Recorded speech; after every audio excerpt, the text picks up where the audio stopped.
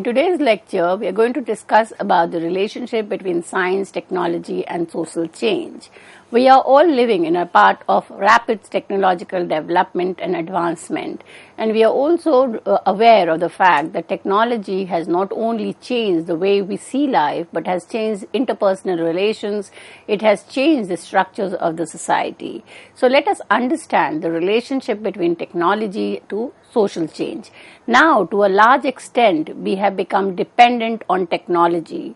From the first tool used to build fire or store water to the wheel or the steam engine, now we are entirely dependent on the technology. So even kind of getting up, we are dependent on a certain kind of technology to do every aspect of our life. We are kind of completely become dependent to some or the other technology. As each new technology becomes a norm, people grow to rely on it to the point that society would not function in the same way without it.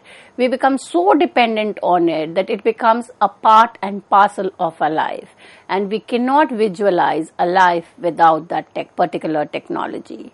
So technological development is so interconnected with social change that what many consider is the fourth social revolution surrounded the technological advancement. So the relationship between technology to social change has undergone social transformation, and this we can traverse by looking at the four vantage points of the relationship between technology and social change. The first was domestication revolution, the second was agricultural revolution, the third the industrial revolution, and fourth the information revolution. So if we look into each of these stages, human society has taken a step ahead from agriculture as a means of production to industry, setting up of industry, large-scale industrialization, to today living in an information or knowledge society. These terms are universally used. In concept, most sociology would describe the present as the age of information. So a number of phrases are used to describe the technology world, the knowledge society, the network society, and so on and so forth. We will look into each of these in the course of this lecture.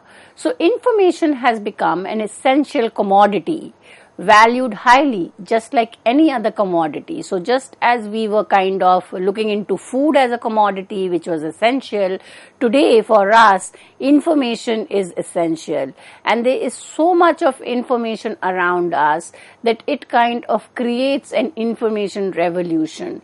So there is a lot of information coming in from different sources, and access to information today is at an ease, or rather we can say at a click of a mouse.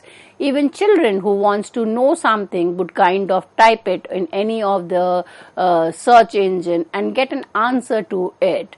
So this is also kind of considered as digitalization of information. Everything is available on a digital platform, and this digitalization of information and communication has led to exponential globalization of the economy and society, significantly impacting culture. So technology impacts the economy impacts the structural relationship, and as a result, even cultural norms have undergone change. Now we know that technology, digitalization are the in thing. What we need to do is to look into the assessment of digital technology.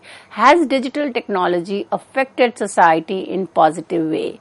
So we know that in social science, the social change is a neutral concept.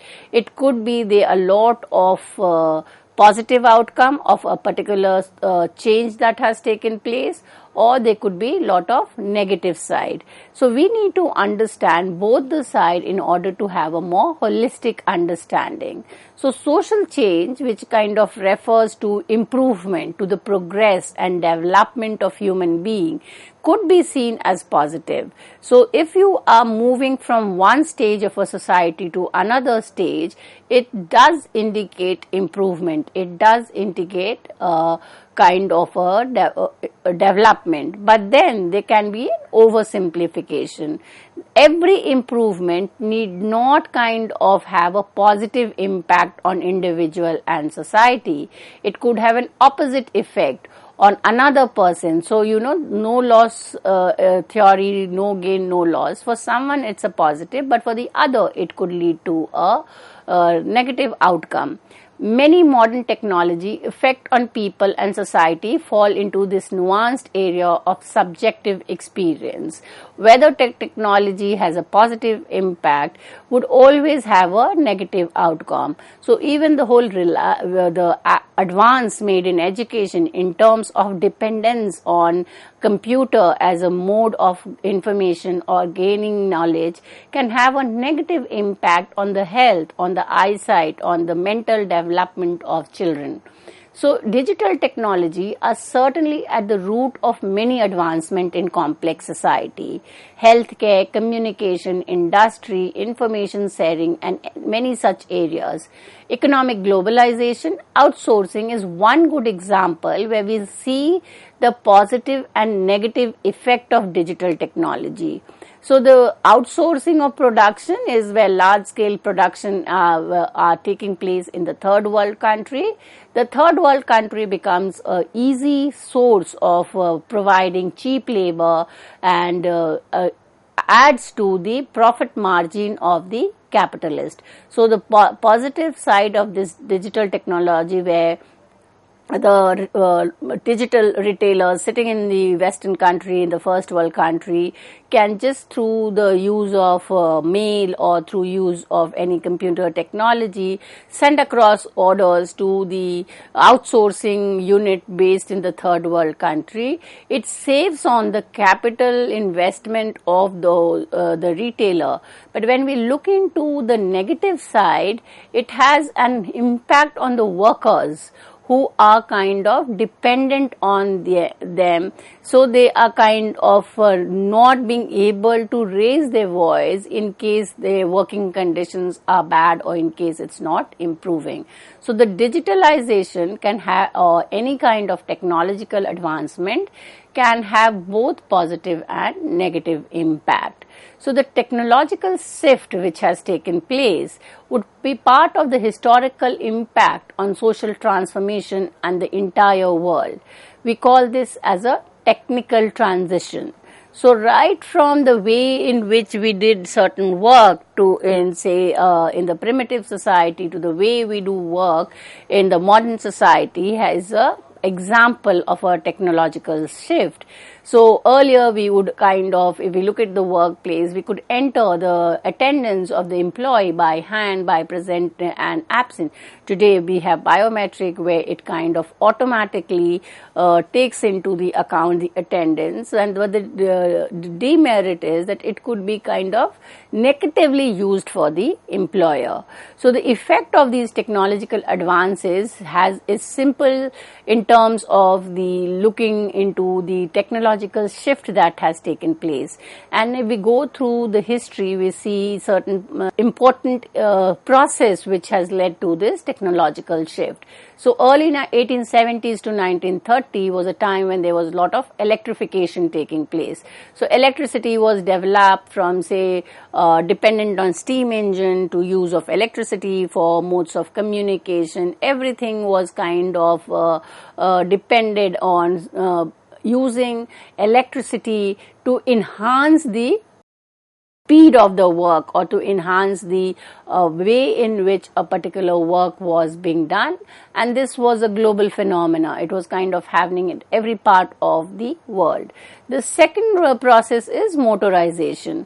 Now motorization becomes important because we need to kind of again fasten our speed of communication, and therefore we use a lot of energy transformation taking place. So mechanical energy is converted into electric energy, and there is a widespread use of cars, motorcycle, buses, trams and other vehicles, then everything is changing. Everything is working. The speed of even human being is accelerated by the use of a motor, which is a mechanical engine.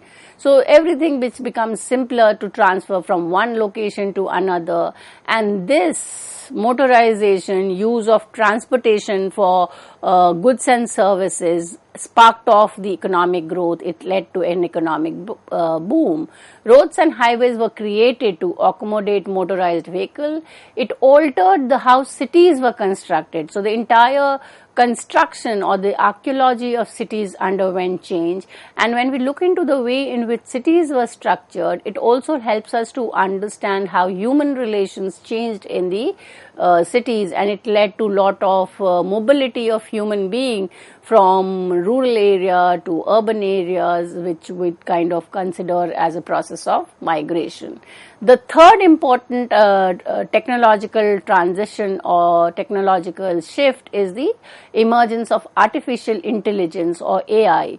We are all living under the influence of artificial intelligence, which is an example of how we have kind of shifted from electrification to motorization to now kind of a computer-based technology where everything is done by force which is invisible.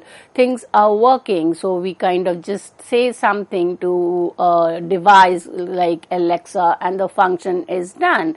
Whether you want a song to be played or you want the door to be closed, everything is kind of automated. Every human action is automated, and therefore understanding of natural language, recognizing pattern, making decisions, learning from experience are all subject to computerized knowledge. So the integration of artificial intelligence into everyday life affects how people interact with technology, altering cultural norms and practices. It kind of also leads to a decline in the face-to-face human interactions. We are more in terms attached to the device, or we are more in relations with our computers and internet rather than building the social human relation between two human beings. So we need to kind of look into this shift which has taken place, and now we try to understand the relationship between technology and social change. So we need to understand how the entry point of technology, or when did technology becomes integral to our society, was with the emergence of industrialized society. So the relationship between technology and industrialization is very important because industrialization is that particular part of history of human society where people was kind of initiating this idea of improving economic growth, social transformation through mass production, through urbanization, through change in social and economic structure. Technology played a central role in driving industrialization. So how would we kind of increase the production from, say, an agrarian setup to people kind of tilling land with hands, to bringing in bullock carts, which we still wanted to increase the mass production. So industries were set up, and industries were set up with large scale machines. So machines were doing what human beings were able to do, was to increase mass production and efficiency. So technology was the key factor in enabling societies to transit from agrarian to industrial economy, and this industrial economy was characterized by increased efficiency, decline in the importance of human labor, and other significant social changes. Technological innovations were instrumental in driving the transformation to what is called as the post-industrial society. So we see on the evolution of agrarian to industrial to post-industrial and information society. So technology played a central role in driving industrialization. So industrialization could not have taken place if the technology was not developed. In every field, in every sector of the economy, it was technology that was the key factor for the industries to be set up. Now, when we look into the idea of the relationship between technology and industrialization, a sociologist or the work becomes very relevant is Daniel Bell's The Coming of Post-Industrial Society. This was a futuristic understanding of the characteristic of society that would come into place because of large-scale industrialization. So basically this work maps out the transition from industrial to industrial society, growing reliance on information and knowledge-based economies. So he was kind of comparing the pre-industrial society with the industrial society. In pre-industrial society, it was more in terms of the agriculture or the human relations which were important. Post-industrial society, we see technology, automation, changes the work pattern and relation, and it leads to a service-oriented economy. So from manufacturing, we are moving to a service-oriented economy.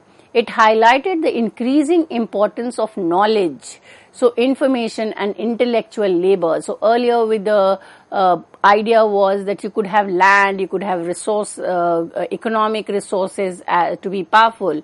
But in today's post-industrial society, information becomes the highest capital. If you have information, you have knowledge, you can be very powerful. So the features of post-industrial society was transition to knowledge economy. Knowledge economy was those in sector of the economy where there was a lot of emphasis on developing education, skills, technology, and as I already said, there's a shift from manufacturing to production to service sector. Post-industrial society was basically a service sector.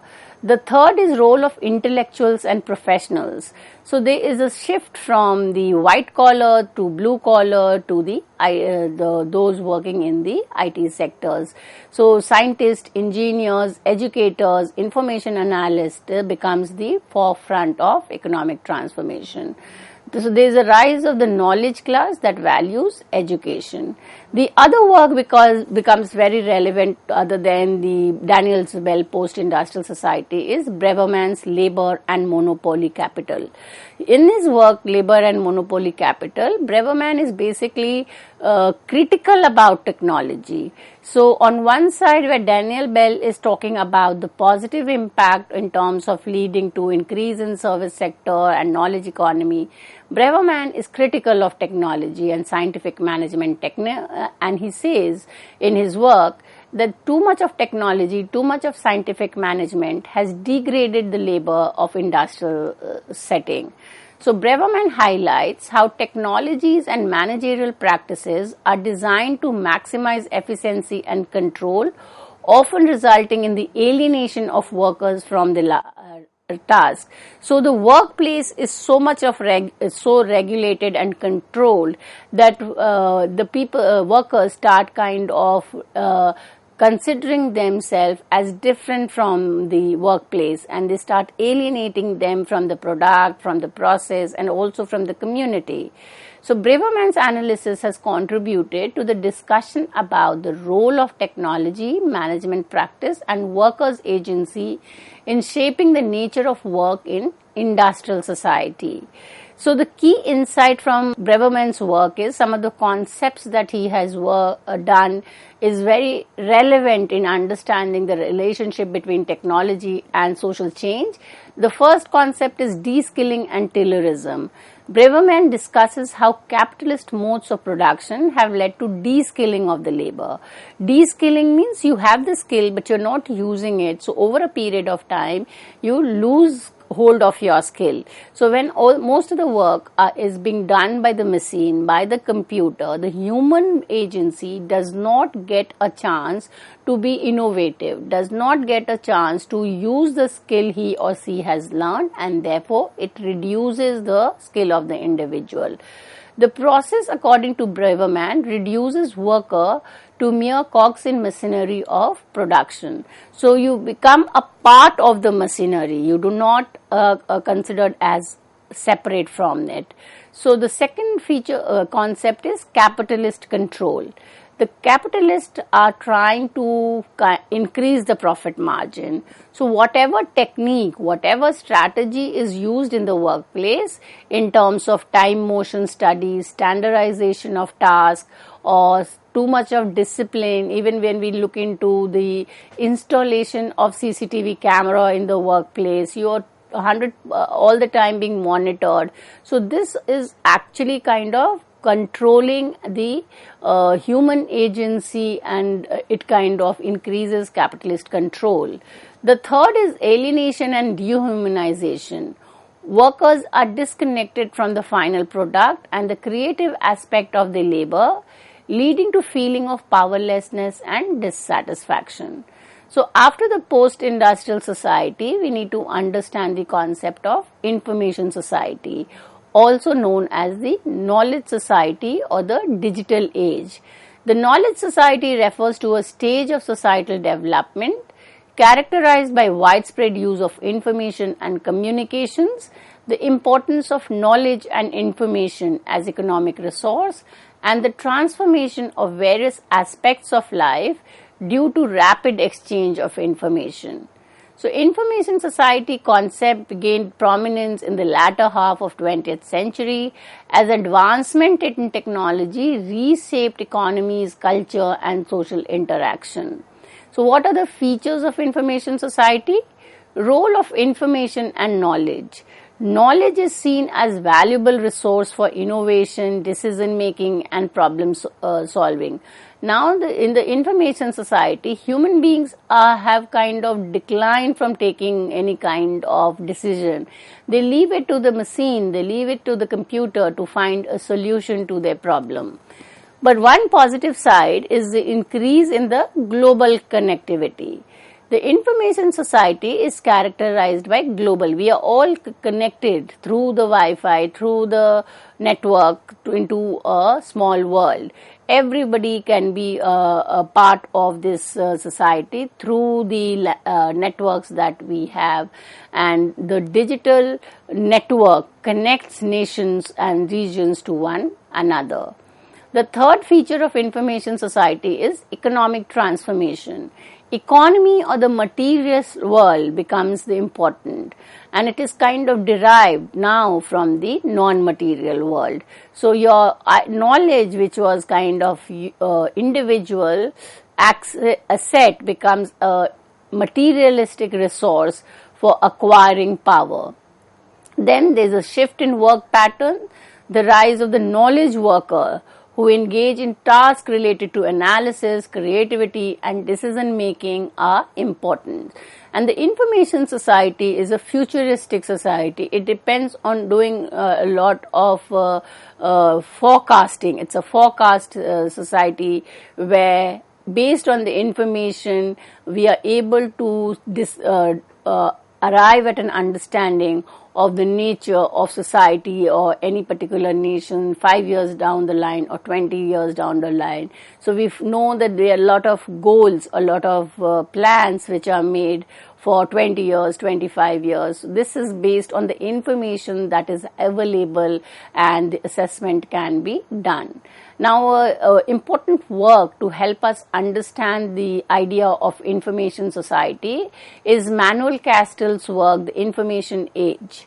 Manuel Castell was looking into the role of technology in shaping the transition from industrial society to information society.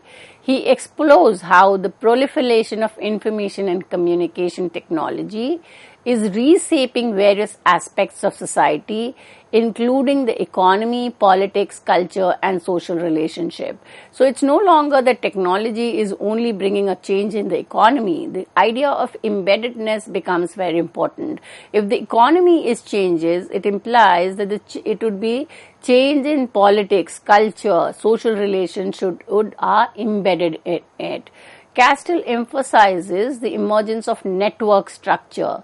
So network, everyone is connected to each other, and we see so many networks are parallelly running. So we could be a part of a certain global world, we could be a part of a network at a local level, we could be a part of a network at a family level. So we are all into a constant interaction at different level, at different roles, and this network is possible because of access to information and technology. The next important thing when we understand is also to understand how urbanization has led to increase in the growth of cities and changes in social, economic and spatial structure. And when we try to understand society, a lot of time a dichotomy is created between the rural area and the urban area. One of the criteria to differentiate the two is the use of technology. There is a kind of widespread understanding that rural areas have kind of limited access to technology and urban areas have a proliferation of various technology in various realms. So in the urban context, we see that technology has both opportunities for improved efficiency and quality, as well as challenges related to equity, sustainability and social cohesion. So the idea of Neil Brenner, he works on the new state space, urban governance. So even the idea of e-governance coming in, where the regulations, the rules of a particular area is done through the use of information and technology. So when we look into the global economic force, the technological changes intersect with urban governance. When we look into the relation between science, technology and social change, what is very important to understand the discourse on modernity, post-modernity and science. So modernity, as many of us are aware, was marked by increase in industrialization, urbanization, rationalization. Enlightenment was a time where we started believing in rational thinking, science, reason, and this is what is defined as modernity. So modernity was a period when science was kind of considered as positive, as playing an important role in changing society in advance, progress and development. But then this was also kind of critical and it was temporal. Post-modernity comes into the picture, which starts questioning, which becomes critical, and there is no one uniform or singular narrative. They are meta-narratives of science and technology. The idea of multiple ways of understanding truth. There is no one truth. We start questioning the idea of objective truth and universal value. Post-modernity would on cultural diversity and subjective experience. So post-modernity questions absolute authority of scientific knowledge. It challenges the idea of single objective truth and argues that knowledge is also socially constructed. So we come back to square one. We begin by saying that every empirical reality is socially constructed. So now we live in a time when cultural pluralism, diversity becomes important tools of access to knowledge. So by this, looking into the relation, we are able to understand the impact and influence of technology on society. With this, I come to an end of today's lecture. Thank you.